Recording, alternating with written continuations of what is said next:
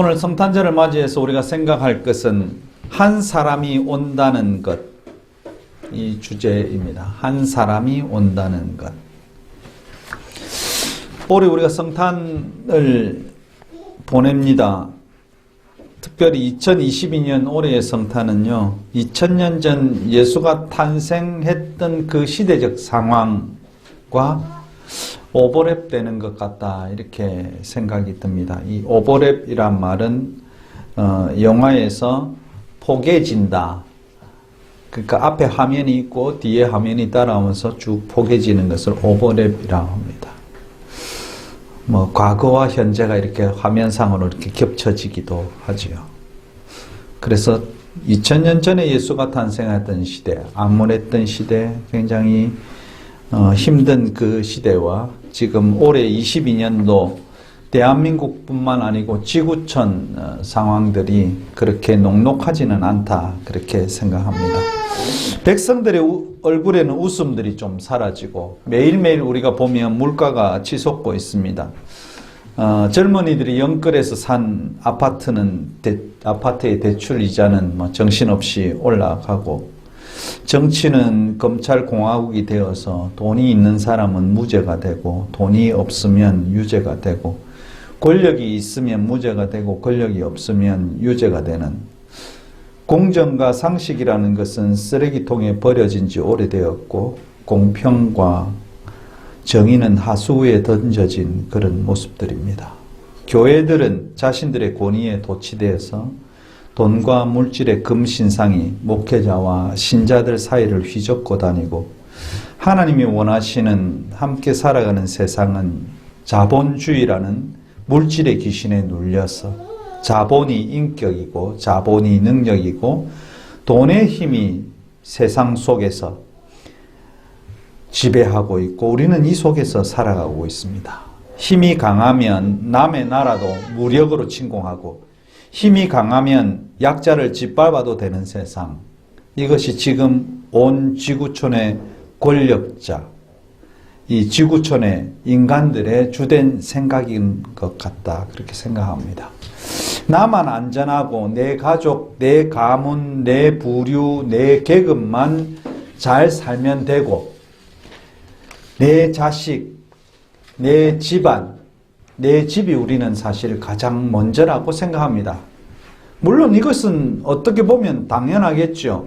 내 자식이 먼저고 내 집이 먼저고 내 가문이 먼저다. 이거는 인간의 기본적인 가지고 있는 생각이겠지만, 그러나 우리가 예수 그리스도를 믿고 하나님을 믿는다고 결심을 했다면 우리의 사고와 가치 체계는 세상이 지향하는, 자본주의가 지향하는, 물질이 지향하는 그런 세계와 그런 가치관과는 전혀 다른 가치 체계를 우리는 가져야 한다, 그렇게 저는 생각합니다. 그것이 믿음이고 그것이 복음입니다.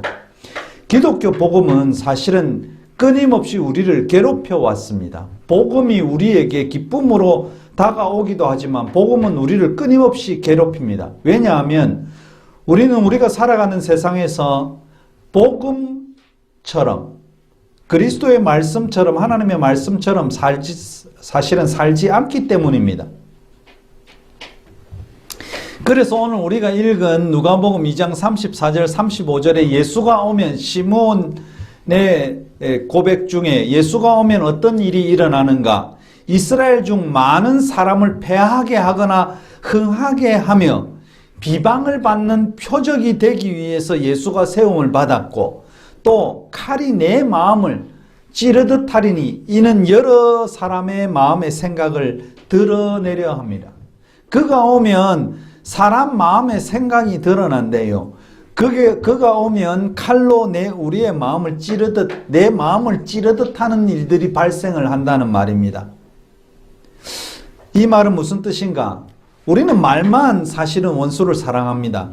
그렇지 않습니까?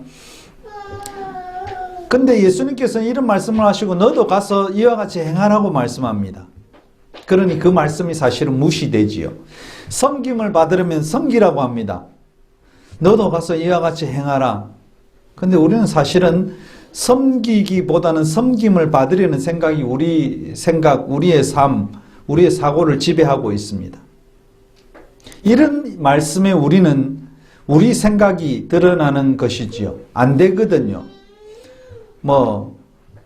용서하는 문제에 있어서도 70번씩 7번 도저히 똑같은 것을 70번씩 7번 하기가 곤란하거든요. 안 되는 것이거든요.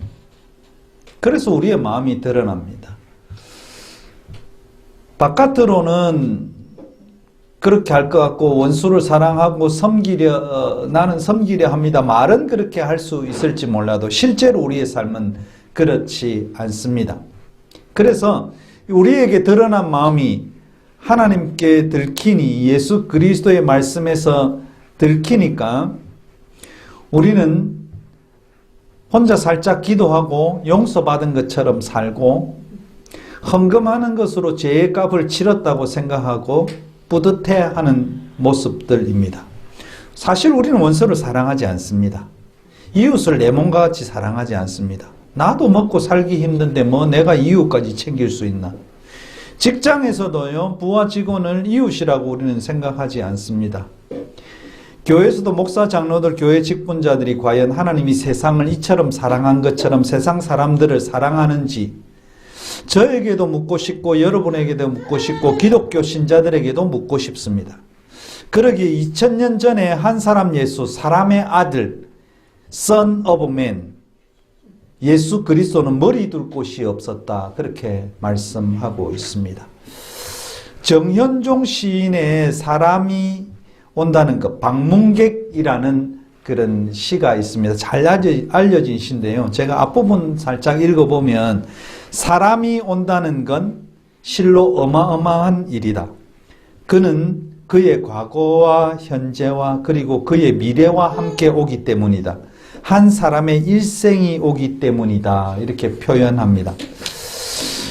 우리는 우리 곁을 수많은 사람들이 사실 지나쳐 갑니다. 매일매일 생활해 보면 많은 사람이 참 난 지나치고 있구나. 장에 가서 보면 나를 그냥 스스럼없이 이렇게 지나치는 사람들, 수많은 사람들이 있기도 하고 길거리에서 신호대에서 기다리는 모습, 신호대에 서 있으면 많은 사람이 지나칩니다. 근데 그 사람들 중 그 누구도 하늘에서 그냥 뚝 떨어지지 않는다는 사실입니다. 나 옆을 지나가는 그 사람들 중에 저마다 헤아릴 수 없는 삶의 질곡, 그것이 크고 작든 용기를 가지고 헤치고 나와서 우리에게 다다른 손님이다. 그렇게 생각이 듭니다. 사실 우리는요, 이런 옆에 지나가는 사람들을 두 팔 벌려서 환영하고 맞이하는 법을 사실 우리는 잊어버리고 삽니다. 우리와 늘 만났던 사람, 새로운 사람이 아니고 늘 만났던 사람과 우리는 환영하고 두 팔 벌리지만 우리와 만나지 않았던 어떤 뜻밖의 만났던 사람에 대해서 우리는 환영하지 않고 두 팔 벌려 맞이하지도 않습니다. 창세기 성서에 보면 아브라함은요, 생각지도 않는 사람이 갑자기 아브라함의 집에 들이닥치게 됩니다. 그는 계획이 없던 사람이었습니다. 그러나 그를 환대하게 됩니다. 계획이 없던 사람, 그냥 스쳐 지나갔던 사람들을 두 팔 벌려 환대함으로써 이 아브라함의 가정에 놀라운 복이 임하는 것을 보게 됩니다. 사실 우리는 가려서 사람을 대합니다. 그리고 똑같은 실패를 예수에게도 범합니다. 심지어 예수님은 우리에게 손님으로 온 게 아니고 우리는 예수님을 주님이라고 섬기고 있습니다. 예수님을 주로 주인으로 섬기면서도 우리의 삶의 인생의 주인으로 예수님께서 오시는데 예수님을 사실은 맞이하지 않습니다. 손님으로 오신 게 아니라 주로 오시는데 예수께서 오셨습니다. 그리고 다시 오신다고 약속합니다.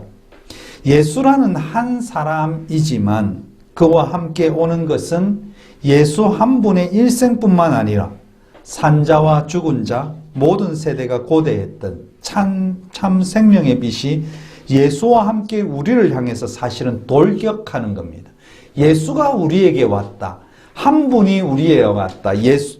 예수 그리스도가 우리에게 왔다는 것은 참 생명의 빛이 우리에게 돌격해 왔다는 것입니다. 그래서 실로 예수가 우리에게 왔다. 이것은 어마어마한 사건입니다. 이 압도적인 경위 앞에서 터져 나오는 감탄사는 뭐냐면 우리가 잘 알고 있는 성육신의 사건입니다.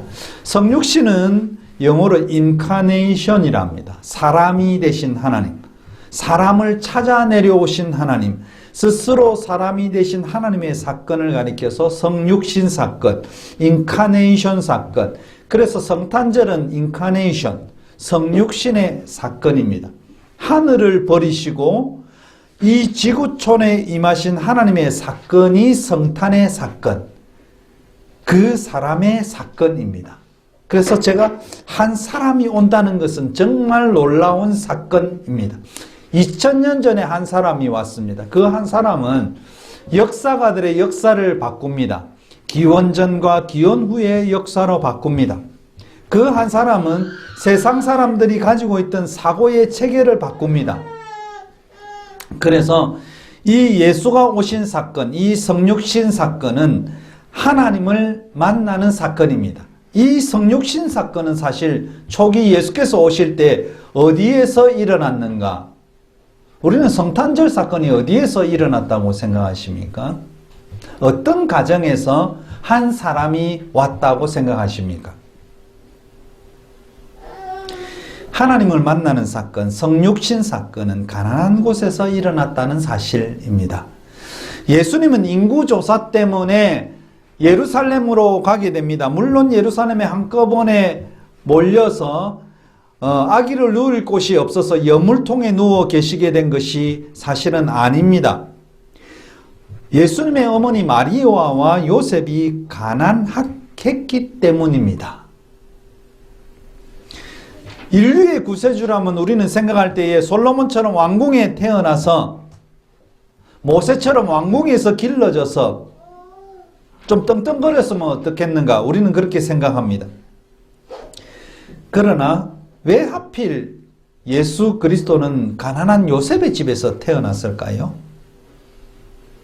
또 오늘 예루살렘 성전에 정결 제사를 드리기 위해서 올라간 예수님의 어머니, 예수님의 아버지를 봅니다.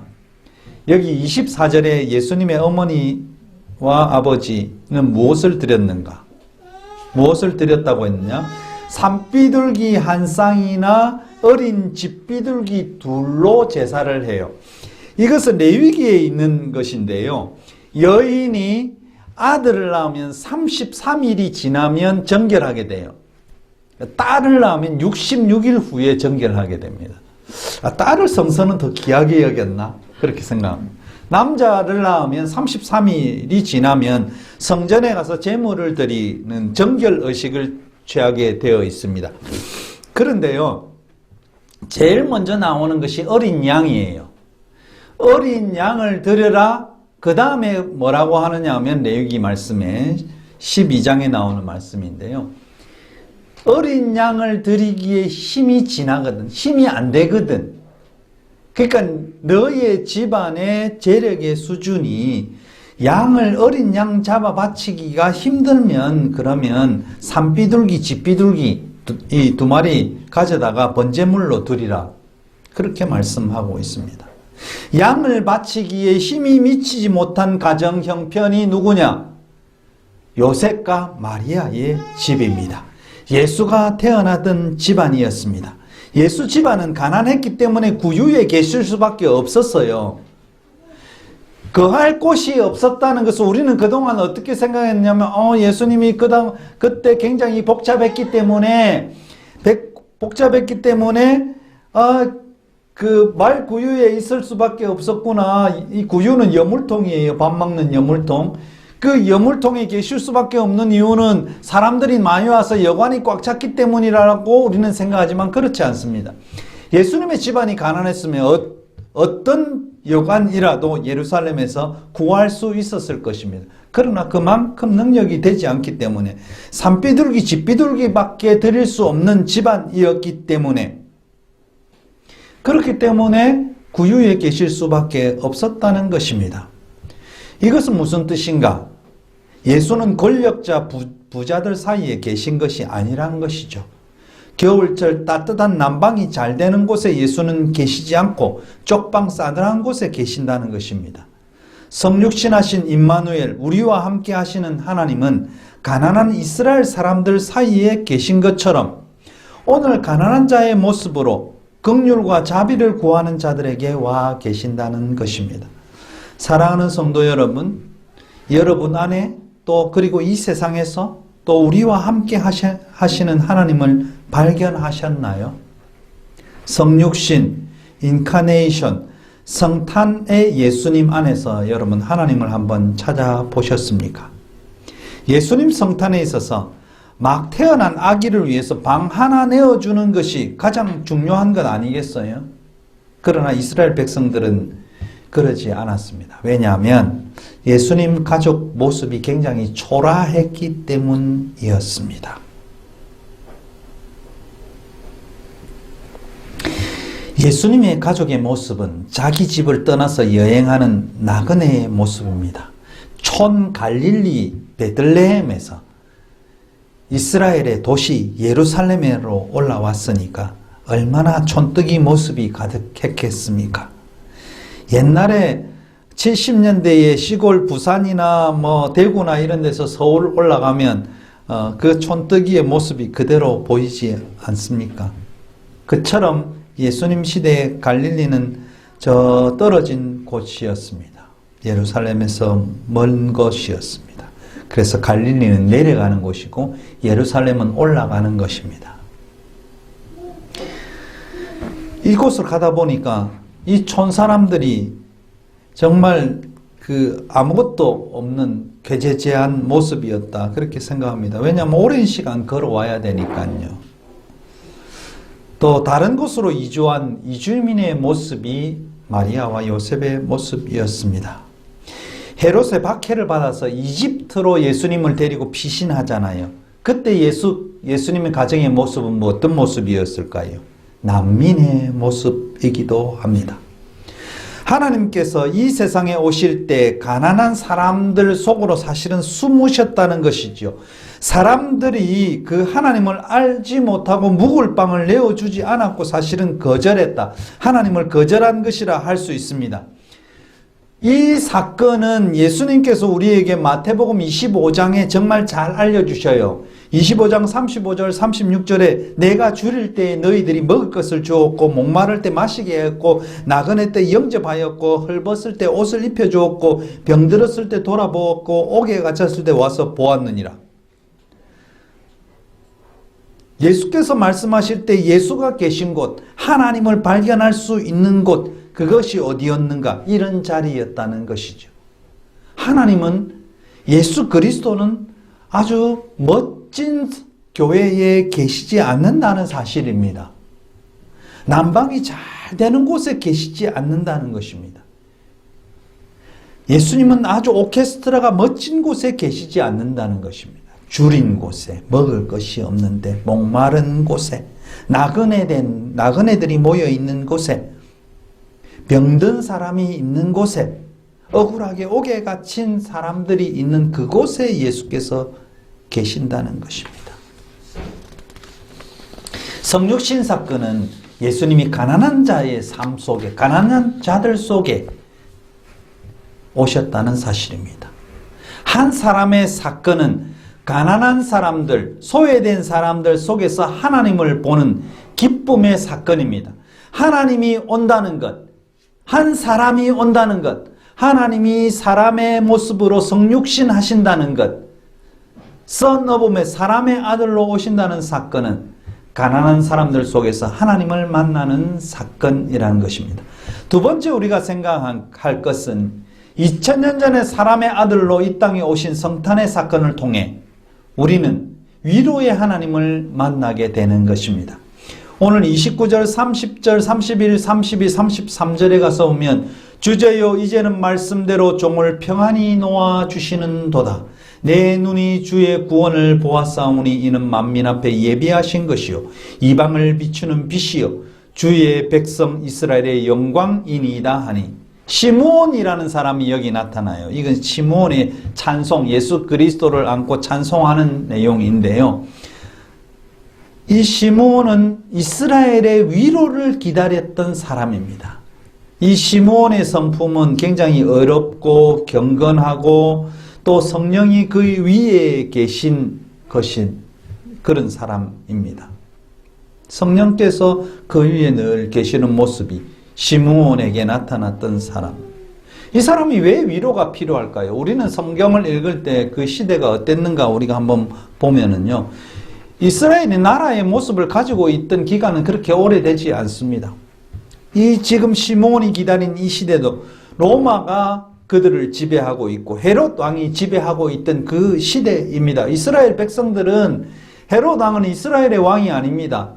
로마에서 세운 왕입니다. 각 지역마다 로마는 왕을 세웠는데요. 로마에서 내려온 왕입니다. 이스라엘은 나라가 없어요. 유대인들은 나라가 없는 그 시대입니다. 그러니까 얼마나 힘들겠어요. 또 종교라고 있는데 유대교는 율법으로 신자들을 굉장히 압박합니다. 그들의 권력은 날이 갈수록 강해지고 이 종교 세력들은 이스라엘 백성들을 계속 율법으로 압박하는 그런 일들이 늘 일어난 그런 세대였습니다. 하나님의 정의와 공의가 사라지고 해방의 날은 다가오지 않고 그럭저럭 인생은 살아가는데 예수님의 탄생, 임마누엘 성육신 사건은 엄청난 위로의 사건입니다. 이스라엘이 기다리는 메시아의 뜻은 기름 부음 받은 자입니다. 이스라엘에서 유대인들의 또 율법에서 기름 부음 받은 자는 누구에게 기름 붓죠? 선지자에게 기름 붓습니다. 대제사장에게 기름 부어서 세웁니다. 왕에게 기름 부어서 세웁니다. 다윗 왕에게 기름을 부어서 왕으로 세웁니다. 이 메시아란 뜻은 기름 부음 받은 자란 뜻이에요. 신약의 단어는 뭐냐? 그리스도. 이 헬라어는 그리스도고 히브리어는 메시아예요. 메시아의 뜻은 기름 부음 받은 자예요. 이 메시아가 헬라어로 번역되면 그리스도예요. 그 그리스도와 메시아는 똑같은 말입니다. 그래서 이 메시아가 오면 우리를 분명히 회복하실 것이다. 이 회복에 대한 희망, 여러 회복에 대한 희망이 있겠죠. 정치적으로 우리가 해방될 것이다. 아니면 종교적으로 해방될 것이다.